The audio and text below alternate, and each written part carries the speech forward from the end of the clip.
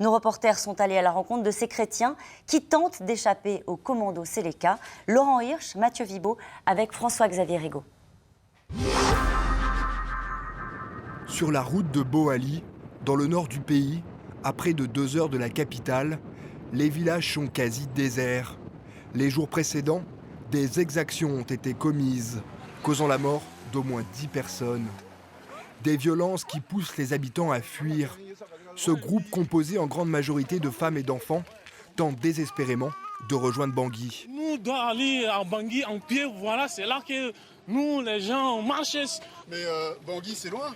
Ouais, c'est loin, à peu près 42 km en Bangui. Si c'est en pied comme ça, on peut aller même à peu près 22h ou 21h comme ça pour qu'on entende à Bangui. Il y a les Seleka qui était venu, puis c'est pas la personne qui était venue. Quelques mètres plus loin, cet homme nous interpelle. Il souhaite nous montrer les raisons de cet exode. Au bout de ce chemin, gisent 2 corps partiellement recouverts par des feuillages. Les bras attachés dans le dos, ces 2 hommes, 2 chrétiens, auraient été exécutés la veille par des rebelles musulmans de l'ex-Seleka. Voyez le coup de fusil par la tête. Ce sont les Seleka, ils étaient passés hier à 9h au bord de leur moto. Gilbert tient à nous emmener plus loin dans la brousse, où se cachent de nombreux villageois apeurés. Après 1 heure de marche, des hommes et des femmes surgissent des herbes hautes. Depuis 2 semaines, ils se terrent ici. Ces chrétiens redoutent d'être la cible des musulmans de l'ex-Seleka. Vous voyez les gens souffrent tellement. Hein? Vous voyez des choses comme ça. Les gens boivent là? Oui, c'est l'eau que les gens boivent pour vivre.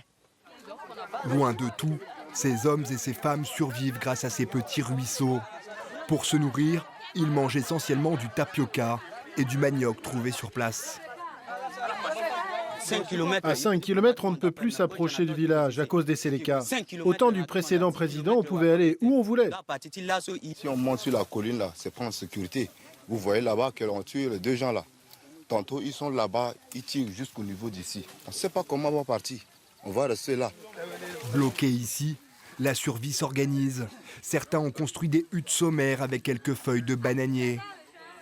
D'autres dorment abrités seulement par les feuillages des arbres. Pour les quelques hommes présents ici, un seul mot à la bouche: vengeance. On va toujours venger, c'est pas fini. C'est d'abord une cicatrice indélébile. Là, on va venger. De toutes les façons. L'ennemi tant redouté est à moins de 5 km de là. Une 50aine d'hommes en armes, des musulmans de l'ex-Seleka, ont pris le contrôle de ce village. Le colonel Bachir, qui dirige ce petit groupe d'hommes, affirme ne rien savoir des exactions commises la veille. Mais eux aussi parlent déjà de vengeance.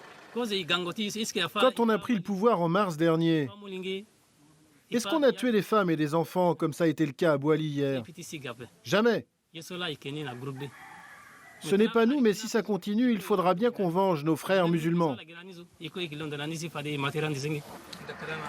En Centrafrique, depuis plusieurs mois, les exactions des uns engendrent la vengeance des autres.